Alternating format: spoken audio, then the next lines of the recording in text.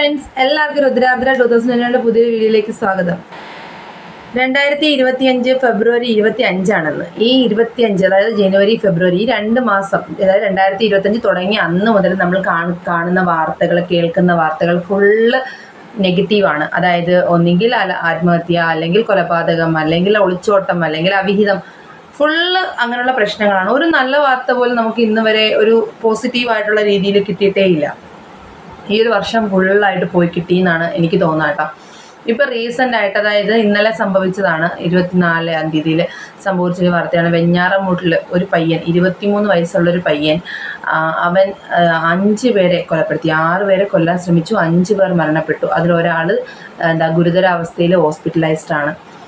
അപ്പം ഇതാരാണ്, എന്താണെന്നൊക്കെ ഞാൻ പറയുന്നതിനെക്കാട്ടി നിങ്ങൾക്ക് ആ ന്യൂസ് ക്ലിപ്പിങ്, ആ വാർത്തയുടെ കുറച്ച് ഭാഗങ്ങൾ നിങ്ങൾ കേട്ടിട്ട് വരിക. അതിനുശേഷം നമുക്ക് ബാക്കി കാര്യങ്ങൾ പറയാം. വളരെ വേദനയോടുകൂടിയാണ് കേട്ടോ ഞാനിത് നിങ്ങളുടെ അടുത്ത് സംസാരിക്കുന്ന. കാര്യം ഈ കുട്ടി 23 വയസ്സെന്ന് പറയുമ്പോൾ അറിയാമല്ലോ എത്ര പ്രായമുള്ളൊരു വ്യക്തിയാണ്. അതായത് പേരൻസിൻ്റെ നിയന്ത്രണത്തിൽ ജീവിക്കുന്ന ഒരു കുട്ടിയായിരിക്കണമല്ലോ 23 വയസ്സെന്നൊക്കെ പറയുമ്പോൾ. അയാൾ 5 പേരെ കൊന്നിട്ട് 6 പേരെ കൊല്ലാൻ ശ്രമിച്ചു, 5 പേർ മരണപ്പെട്ടു. അത്ര ഒരു ഇതിലേക്ക് ഈ കാലഘട്ടം മാറിക്കൊണ്ടിരിക്കുകയാണ്.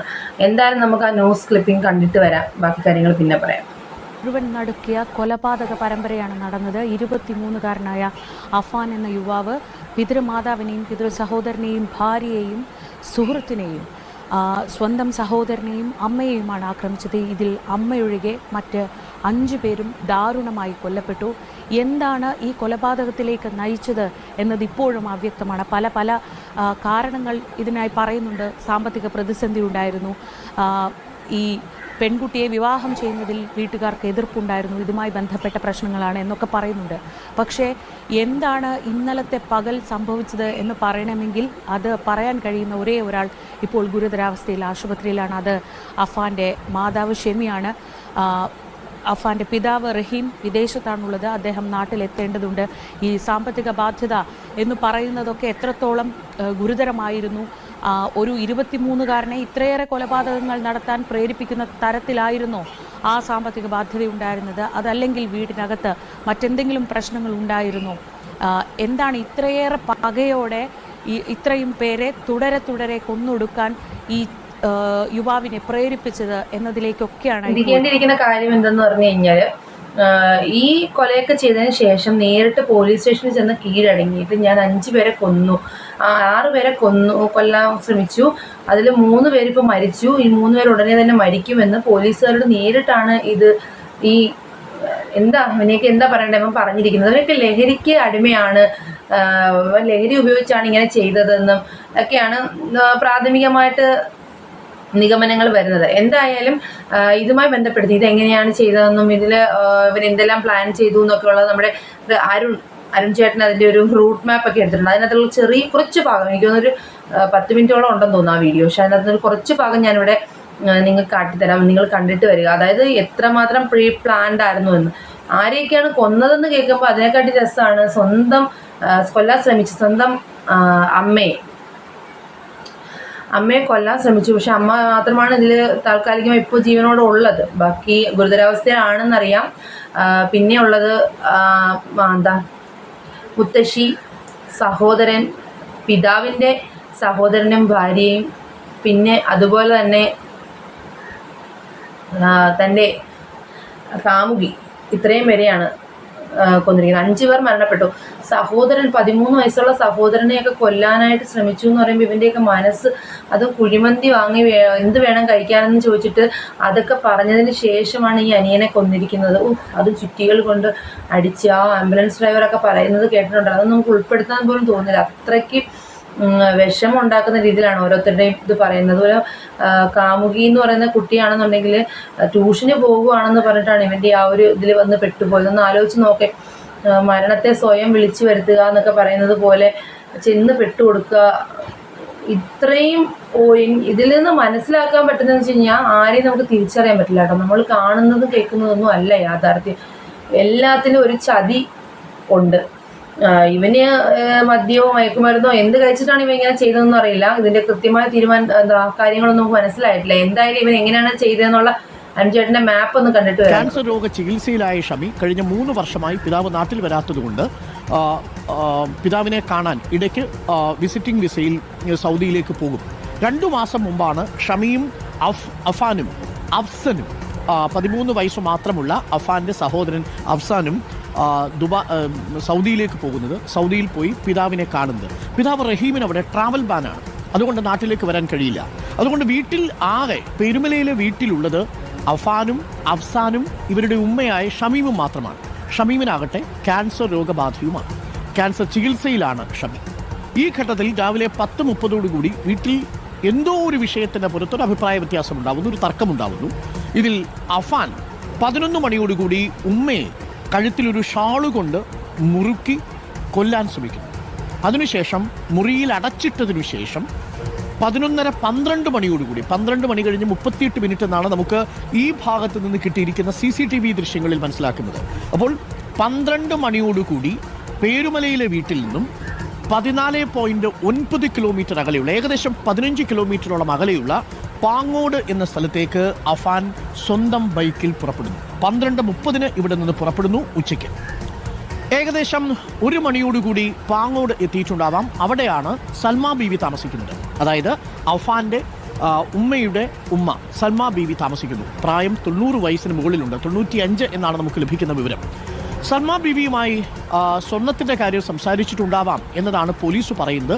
പ്രതി നൽകിയിരിക്കുന്ന മൊഴി പ്രകാരം സ്വർണം ആവശ്യപ്പെട്ടുവെന്നും സൽമാ ബീവി ആ സ്വർണ്ണമാല നൽകാൻ വിസമ്മതിച്ച സമയത്ത് ബാത്റൂമിലെ പരിസരത്ത് വെച്ച് തലയ്ക്ക് കയ്യിൽ കരുതിയിരുന്ന ചുറ്റിക കൊണ്ടടിച്ചു എന്നുമാണ് മനസ്സിലാക്കുന്നത്. അങ്ങനെയാണെങ്കിൽ പ്രതി പേരുമലയിലെ വീട്ടിൽ നിന്ന് പുറപ്പെടുമ്പോൾ വെഞ്ഞാറമ്മൂട്ടിലേക്ക് പോയി കയ്യിലൊരു ചുറ്റിക വാങ്ങിയിട്ടുണ്ടാകാനുള്ള സാധ്യതയുണ്ട്. അതിനുശേഷമായിരിക്കാം പാങ്ങോടെത്തുക.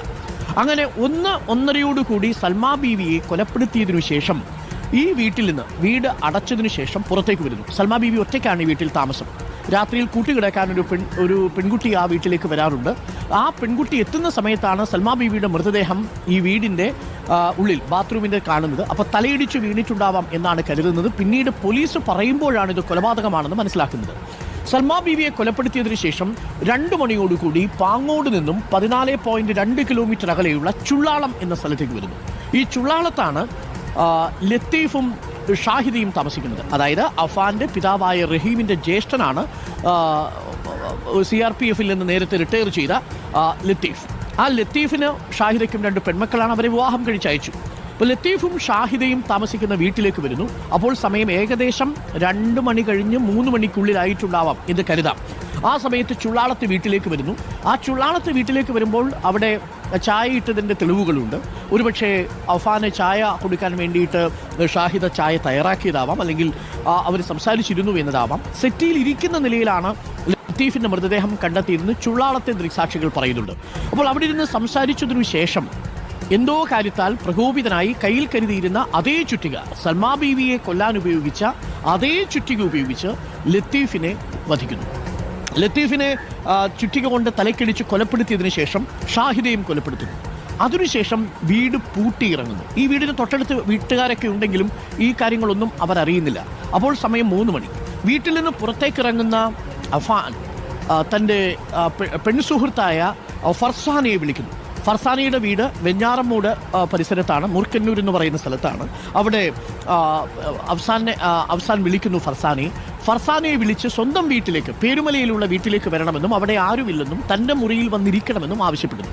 അങ്ങനെ ഫർസാന വീട്ടിൽ നിന്നിറങ്ങി ട്യൂഷന് പോകാനാണ് എന്ന് പറഞ്ഞ് പുറത്തേക്ക് പോവുകയും അതിനുശേഷം 3:30-4 മണിയോടുകൂടി പേരുമലയിലെ വീട്ടിലേക്ക് എത്തുകയും ചെയ്തു. ചുള്ളാളത്തു നിന്നും 3:30 മണിക്ക് കൃത്യം നിർവഹിച്ചതിനു ശേഷം പ്രതി 6.8 കിലോമീറ്റർ അകലെയുള്ള വീട്ടിലേക്ക്, ഇവിടെ എല്ലാം അദ്ദേഹം സഞ്ചരിക്കുന്നത് അയാളുടെ ഒരു ബൈക്കിലാണ്. ആ ബൈക്കിൽ പേരുമലയിലെ വീട്ടിലേക്ക് എത്തുന്നു. പേരുമലയിലെ വീട്ടിലേക്ക് എത്തുന്നതിന് മുമ്പ് പോലീസ് നൽകിയിരിക്കുന്ന ഭാഷ്യമനുസരിച്ച് വെഞ്ഞാറമൂടുള്ള ഒരു കടയിൽ നിന്ന് കുഴിമന്തി വാങ്ങിയതിനു ശേഷം വീട്ടിലേക്കെത്തി അത് വീടിൻ്റെ പോർട്ടിക്കോയിൽ ആ കുഴിമന്തിയും ഹെൽമറ്റും വെച്ചതിന് ശേഷം വീട്ടിനുള്ളിലേക്ക് കയറുന്നു. വീട്ടിനുള്ളിലേക്ക് കയറി മുകൾ നിലയിൽ കാത്തിരിക്കുന്ന ഫർസാനയുടെ അടുത്തേക്ക് പോകുന്നു. അവർ തമ്മിലും അഭിപ്രായ വ്യത്യാസം, എന്തോ ഒരു തർക്കമുണ്ടാവുന്നു. അതിനുശേഷം കയ്യിൽ കരുതിയിരിക്കുന്ന ഈ ചുറ്റിക ഉപയോഗിച്ച് ഫർസാനയെ കൊല്ലുന്നു. അങ്ങനെ ഫർസാനയും കൊലപ്പെടുത്തിയതിനു ശേഷം താഴേക്ക് ഇറങ്ങുന്നു. ആ സമയം ഏകദേശം 4 മണിയോട് അടുപ്പിച്ചിട്ടുണ്ടാവും. സ്കൂൾ വിട്ട് അനുജനായ 13 വയസ്സ് മാത്രമുള്ള 8ാം ക്ലാസ്സിൽ പഠിക്കുന്ന അഫ്സാൻ ആ സമയത്താണ് വീട്ടിലേക്ക് വരുന്നത്. അഫ്സാൻ വീട്ടിലേക്ക് വരുന്നു. വീട് കതകു തുറന്ന് വീട്ടിലേക്ക് കയറി ഡ്രോയിങ് റൂമിൽ വെച്ച് അഫ്സാനെയും ചുറ്റിക കൊണ്ട് തലക്കടിച്ച് കൊലപ്പെടുത്തുന്നു. അഫ്സാന വീണ് കിടക്കുന്നതിന് ചുറ്റും 500 നോട്ടുകൾ കിടപ്പുണ്ടായിരുന്നു എന്നാണ് ഇൻക്വസ്റ്റ് പൂർത്തിയാക്കിയപ്പോൾ നമ്മൾ മനസ്സിലാക്കുന്നത്. അതിനുശേഷം ഈ അഫ്സാനെയും ഫർസാനെയും കൊലപ്പെടുത്തിയതിനു ശേഷം ഏകദേശം അതേ സമയത്ത് തന്നെ മുറിയിൽ പൂട്ടിയിട്ടിരുന്ന ഉമ്മയുടെയും നെറ്റിയിൽ ചുറ്റിക കൊണ്ടടിച്ച് കൊലപ്പെടുത്താൻ ശ്രമിക്കുന്നു. പക്ഷേ ഉമ്മയ്ക്ക് പൂർണ്ണമായി ബോധം നഷ്ടപ്പെട്ടെങ്കിലും മരിച്ചുവെന്ന് കരുതി അഫാൻ പുറത്തേക്കിറങ്ങുന്നു. എന്നിട്ട് വീണ്ടും തിരിച്ച് ബാത്റൂമിലേക്ക് പോയി കുളിച്ച് വൃത്തിയായി ഡ്രസ്സ് മാറ്റിയതിനു ശേഷം താൻ ഇവിടെയൊക്കെ യാത്ര ചെയ്യാൻ ഉപയോഗിച്ച അതേ ബൈക്കിൽ പേരുമലയിലെ വീട്ടിൽ നിന്നും വെഞ്ഞാറമ്മൂട് പോലീസ് സ്റ്റേഷൻ 3.5 കിലോമീറ്റർ അകലെയുള്ള പോലീസ് സ്റ്റേഷനിലേക്ക് പോകുന്നു. പോലീസ് സ്റ്റേഷനിലെത്തി പോലീസ് സ്റ്റേഷന്റെ കാവൽ അവിടെ പാറാവ് നിന്നിരുന്ന പോലീസുകാരനോട് ഞാൻ 5-6 എണ്ണത്തെ തട്ടിയിട്ടാണ് വരുന്നത്, 3 എണ്ണം മരിച്ചു, 3 എണ്ണം ഇപ്പോൾ മരിച്ചു കാണും എന്ന് പറയുന്നു. അതിലൊരാൾ പേരുമലയിലും പാങ്ങോടും ചുള്ളാളത്തുമാണ് എന്ന് പറഞ്ഞ് പോലീസ് സാമ്പത്തിക കാരണങ്ങളാണ് മരണത്തിലേക്ക് ഈ കൊലപാതകത്തിലേക്ക് നയിച്ചതെന്ന് പറയുന്നുണ്ട്.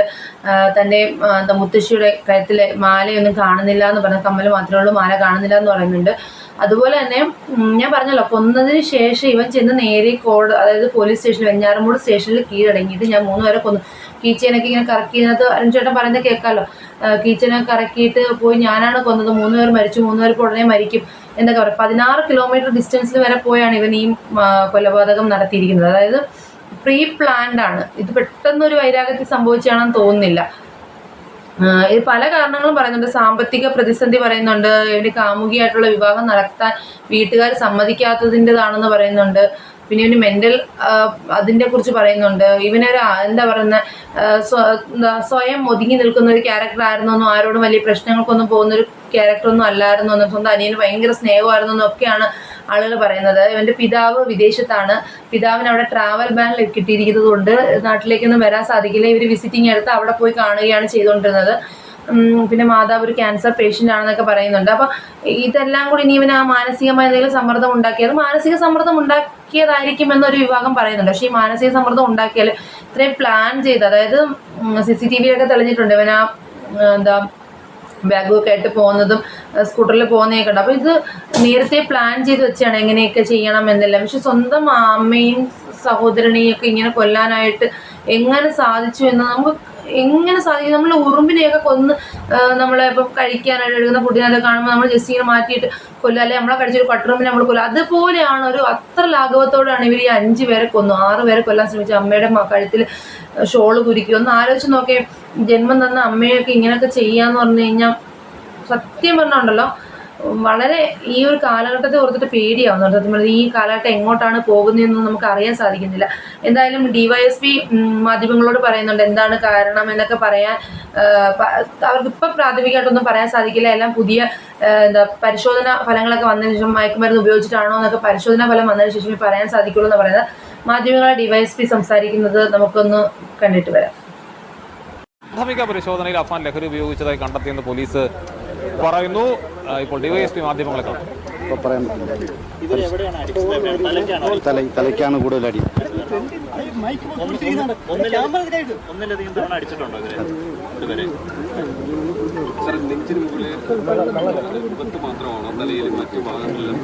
നെഞ്ചിന് മുകളിലോട്ട് തലയ്ക്കും ആണ് ഏറ്റവും കൂടുതൽ പരിക്ക്. തലയ്ക്കാണ് എത്തിയതായിട്ടാണ് മനസ്സിലാക്കുന്നത്.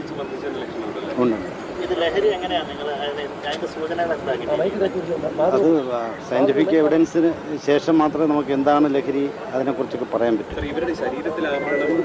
ഉണ്ട് നഷ്ടപ്പെട്ടതായി കാണുന്നില്ല. അത് ബന്ധുക്കളുടെ സ്റ്റേറ്റ്മെന്റ് എടുത്താലേ അത് ബാക്കി കൂടുതലായിട്ട് പറയാൻ പറ്റും.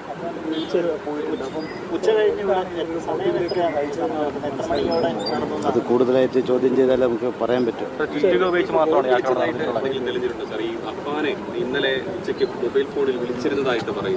അത് നമുക്ക് CDR പരിശോധിച്ചതിന് ശേഷം മാത്രമേ നമുക്ക് ആധികാരികമായിട്ട് പറയാൻ പറ്റൂ.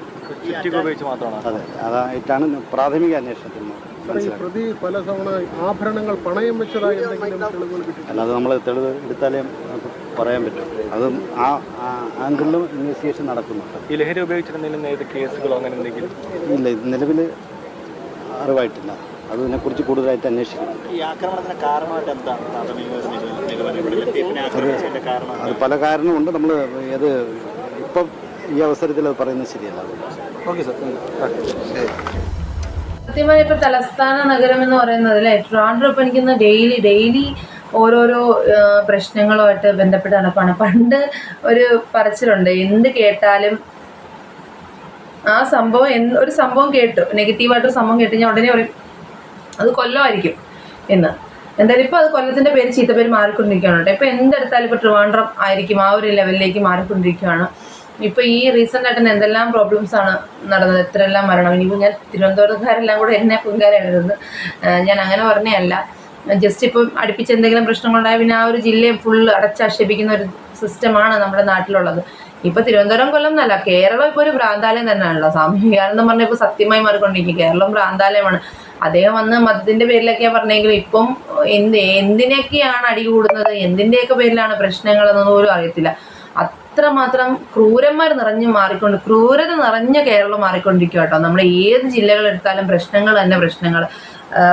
ഒന്നെങ്കിൽ ആത്മഹത്യ, അല്ലെങ്കിൽ കൊലപാതകം, അല്ലെങ്കിൽ അവിഹിതം, അല്ലെങ്കിൽ ഒളിച്ചോട്ടം. ഇതല്ലാതെ ഒരു വാർത്തയില്ല സത്യം പറഞ്ഞു കഴിഞ്ഞാൽ. നല്ല പോസിറ്റീവായിട്ടുള്ള വാർത്തകളൊന്നും സത്യം പറഞ്ഞാൽ ഇല്ല. ഫുള്ള് ഇങ്ങനെ നെഗറ്റീവായിട്ടുള്ള കണ്ടന്റുകളാണുള്ളത്.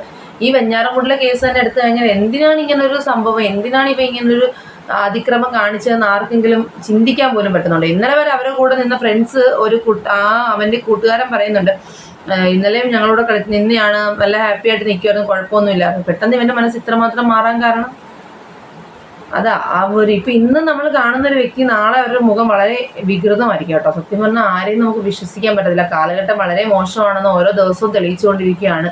എന്തായാലും ഈ ന്യൂസിൻ്റെ കുറച്ച് ഭാഗങ്ങളൂടെ, അതായത് തെളിവെടുപ്പ്, അതായത് ഓരോ വീട്ടിൽ നടക്കുന്ന തെളിവെടുപ്പ് കാണിക്കുന്നുണ്ട്. നമ്മുടെ ടി വിയിൽ ഇപ്പം അപ്ഡേറ്റ് നടന്നുകൊണ്ടിരിക്കുകയാണ്. അപ്പോൾ അത് കൂടെ ജസ്റ്റ് ഞാൻ ഒന്ന് കാണിക്കാം നിങ്ങൾക്ക്.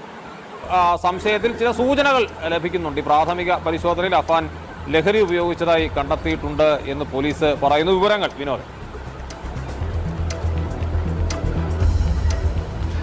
അബ്ജോദ്, ഏറ്റവും പ്രധാനപ്പെട്ട കാര്യവും അതുതന്നെയാണ്. നമ്മൾ രാവിലെ മുതലേ പറഞ്ഞുകൊണ്ടിരുന്ന അതിനകത്തൊരു സംശയം ഉണ്ടായിരുന്നു. ഇപ്പോൾ പോലീസ് ഉറപ്പിക്കുന്നു ഈ അഫാൻ ലഹരി ഉപയോഗിച്ചിരിക്കുന്നു എന്നതിന് വ്യക്തമായ തെളിവ് ഇവിടെ നിന്നും കിട്ടിയിട്ടുണ്ട്.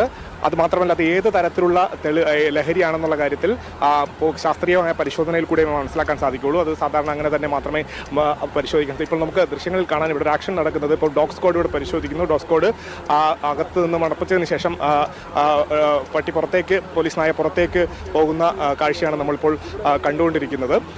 ഞാൻ നേരത്തെ പറഞ്ഞു വന്ന കാര്യം പറഞ്ഞു കഴിഞ്ഞാൽ കുറച്ചും കൂടി കാര്യത്തിന് കുറച്ചും കൂടി വ്യക്തത വന്നിരിക്കുന്നു. ഏറ്റവും പ്രധാനപ്പെട്ട കാര്യം, ഇന്നലെ രാവിലെ ഈ ലത്തീഫ് ഈ കുടുംബത്തിലെ മുതിർന്ന ആളായതുകൊണ്ട് തന്നെ ഈ കുടുംബത്തുമായി ബന്ധപ്പെട്ട എന്ത് പ്രശ്നങ്ങളിലും അദ്ദേഹമാണ് മധ്യസ്ഥത വഹിച്ചിരുന്നത്, ചർച്ചയ്ക്കൊക്കെ പോയിരുന്നതായിരുന്നു. ഈ അഫാന്റെ ഈ പെൺകുട്ടിയുമായുള്ള ബന്ധത്തിൽ ഈ വീട്ടിൽ ചില പൊരുത്തക്കേടുകളും സംസാരങ്ങളും മറ്റും ഉണ്ടായിരുന്നു. ഇതിൽ ഈ ലത്തീഫായിരുന്നു ഈ സംസാരിക്കാനും മറ്റും പോയിരുന്നത്. അത് പ്രകാരം നെടുമങ്ങാട് DYSP പറയുന്നത് പ്രകാരം ഇന്നലെ രാവിലെ ലത്തീഫ് ഈ വീട്ടിലേക്ക്, അതായത് വെഞ്ഞാറമൂട് പേരുമലയിലുള്ള അഫാന്റെ വീട്ടിലേക്ക് പോയിരുന്നു എന്നൊരു നിഗമനത്തിലാണ് പോലീസ്. അതിന് ആ ഒരു വൈരാഗ്യം, ആ ഒരു ദേഷ്യം അഫാന് ഈ കുടുംബത്തിനോട് ഉണ്ടായിരുന്നു. DYSP പറഞ്ഞ വാക്കുകൾ എടുത്തു പറഞ്ഞു കഴിഞ്ഞാൽ, ആദ്യത്തെ കൊലപാതകം പണത്തിന് വേണ്ടിയായിരുന്നെങ്കിൽ രണ്ടാമത്തെ കൊലപാതകം ഇത്തരത്തിൽ ഈ പെൺകുട്ടിയുമായുള്ള ബന്ധത്തിലെ ചില ചോദ്യം ചെയ്യലുകളും അതുമായി ബന്ധപ്പെട്ടുള്ള കുടുംബത്തിലുണ്ടാകുന്ന പ്രശ്നങ്ങളെ തുടർന്നുണ്ടായ അഫാനുണ്ടായ ദേഷ്യത്തിൽ കാരണമാണ് എന്നാണ് പറയുന്നത്. മാത്രമല്ല, മറ്റൊരു പ്രധാനപ്പെട്ട കാര്യം DYSP എന്നോട് ഇവനിനി ജീവിച്ചിരുന്നിട്ട് എന്താ കാര്യം എന്ന് വിചാരിച്ചിട്ട് ഇവൻ എന്ത് ചെയ്തു, ഇത്രയും കാര്യങ്ങൾ ചെയ്തിട്ട് നാടകീയമായ ഒരു മുഹൂർത്തം അവൻ തന്നെ ഉണ്ടാക്കി. അവൻ എലിവിഷം എടുത്ത് കഴിച്ചു. കാര്യം ഇത്രയും ചെയ്തിട്ട് അവൻ എന്തായാലും രക്ഷപ്പെടില്ല എന്ന് അവൻ അറിയാതെ വന്ന് പോലീസ് സ്റ്റേഷനിൽ കീഴടങ്ങി അവൻ എലിവിഷവും കഴിച്ചു. ഇനിയിപ്പം ഇവന് എന്താ ഹോസ്പിറ്റലിൽ നിന്ന് റിക്കവർ ആയതിനു ശേഷം, അതായത് ഇത് ഒന്ന് റിക്കവർ ആയതിനു ശേഷം മാത്രമേ എന്താണ് എൻ്റെ മോട്ടീവ് എന്ന് മനസ്സിലാവത്തുള്ളൂ. ഇപ്പോൾ പ്രാഥമികമായ ഓരോരുത്തർ ഇന്നതാണ് നിഗമനങ്ങളാണ്, ഇന്നതായിരിക്കും ഓരോരുത്തർ പറയുകയാണ്. ഇനി ഇവൻ്റെ വായിൽ നിന്ന് കിട്ടണം എന്താണ് ഇവൻ ഇത് ചെയ്യാനുള്ള കാരണം എന്നുള്ളത്. പക്ഷെ ഇവൻ എന്ത് കാരണം പറഞ്ഞാലും ഒന്നും അംഗീകരിക്കാൻ സാധിക്കില്ല. കാര്യം ഇത്രയും പേരുടെ ജീവൻ എടുക്കുക എന്ന് പറയുന്നത് അത്രമാത്രം സൈക്കോ ആയിട്ടാണ്. ഇവനെയൊക്കെ എങ്ങനെ വിശ്വസിക്കും? ഇവനെന്തൊക്കെയാ എന്താ പറഞ്ഞു കഴിഞ്ഞാൽ നമ്മുടെ ഇവിടുത്തെ നിയമമാണ് ശരിയല്ലാതെ ഇവന് ശക്തമായ നല്ലൊരു ശിക്ഷ ലഭിക്കുകയാണെങ്കിൽ ഇതുപോലെ ചെയ്യാൻ വേറെ എല്ലാവരും പേടിക്കും. ഇവിടുത്തെ നിയമവ്യവസ്ഥ വളരെ അയഞ്ഞതാണെന്നാണ് എൻ്റെ ഒരു വിശ്വാസം. കാരണം വെച്ചാൽ നമ്മളിവിടുത്തെ സെഷൻസ് കോർട്ടിൽ നിന്ന് എന്തെങ്കിലും ഒരു ഇത് വന്നു കഴിഞ്ഞാൽ നേരെ ഹൈക്കോടതിയിൽ അപ്പീൽ കൊടുക്കുന്നു, ഹൈക്കോടതിയിൽ നിന്ന് അപ്പീൽ കൊടുത്ത് സുപ്രീം. ഇത് നന്മയ്ക്ക് വേണ്ടിയിട്ടാണ് നമ്മൾ ഭരണഘടനയിൽ അങ്ങനെ രേഖപ്പെടുത്തിയിരിക്കുന്നതെങ്കിലും പക്ഷേ ഈ ഒരു അവസ്ഥ ഒരുപാട് പേര് രക്ഷപ്പെടാം, അതായത് കുറ്റവാളികൾ ഒരുപാട് പേര് രക്ഷപ്പെടാൻ കാരണമാവും. നല്ല ശക്തമായ സമർത്ഥന്മാരായ അഡ്വക്കേറ്റ് വാദിച്ചവരെയൊക്കെ രക്ഷപ്പെടുത്തി പുറത്തു കൊണ്ടുവരുന്നുണ്ട്. നിയമത്തിനൊന്നും ആർക്കും ഒരു പേടിയില്ല. ഇവിടുത്തെ നിയമ വ്യവസ്ഥ മാറിയാൽ മാത്രമേ സത്യം പറഞ്ഞു കഴിഞ്ഞാൽ ഈ പ്രശ്നങ്ങൾക്കൊക്കെ ഒരുവിധമൊക്കെ ഒരു ഒഴിവുണ്ടാവുകയുള്ളൂ. എന്തായാലും ഇതിൻ്റെ അപ്ഡേഷൻസ് എന്തായാലും ഉണ്ടാകും. എന്തിനാണ് ഇങ്ങനെ ചെയ്തതെന്നും മറ്റേ അമ്മയുടെ ശാരീരിക നില എങ്ങനെയാണെന്നും മാനസികമായിട്ടൊക്കെ അവരെങ്ങനെ ഇനി മോനെ നോക്കുമല്ലോ ഒന്ന് ആലോചിക്കുക. അവർ ഉയർന്നു വന്ന ആ അച്ഛൻ, ഗൾഫിലുള്ള അച്ഛൻ, സത്യം പറഞ്ഞാൽ അവനൊന്നും ചിന്തിച്ചില്ലല്ലോ. എന്തായാലും നമ്മൾക്ക് പുതിയൊരു വീഡിയോയുമായിട്ട് നമ്മൾ വീണ്ടും വരുന്നതായിരിക്കും. ഇന്നത്തെ വീഡിയോ ഇത്രയേ ഉള്ളൂ. അപ്പം എല്ലാവരും ഒന്ന് കണ്ട് സഹകരിക്കുക. ഓക്കെ ഫ്രണ്ട്സ്, പുതിയൊരു വീഡിയോ കാണുന്നവരെല്ലാവർക്കും tata bye, see you, bye by.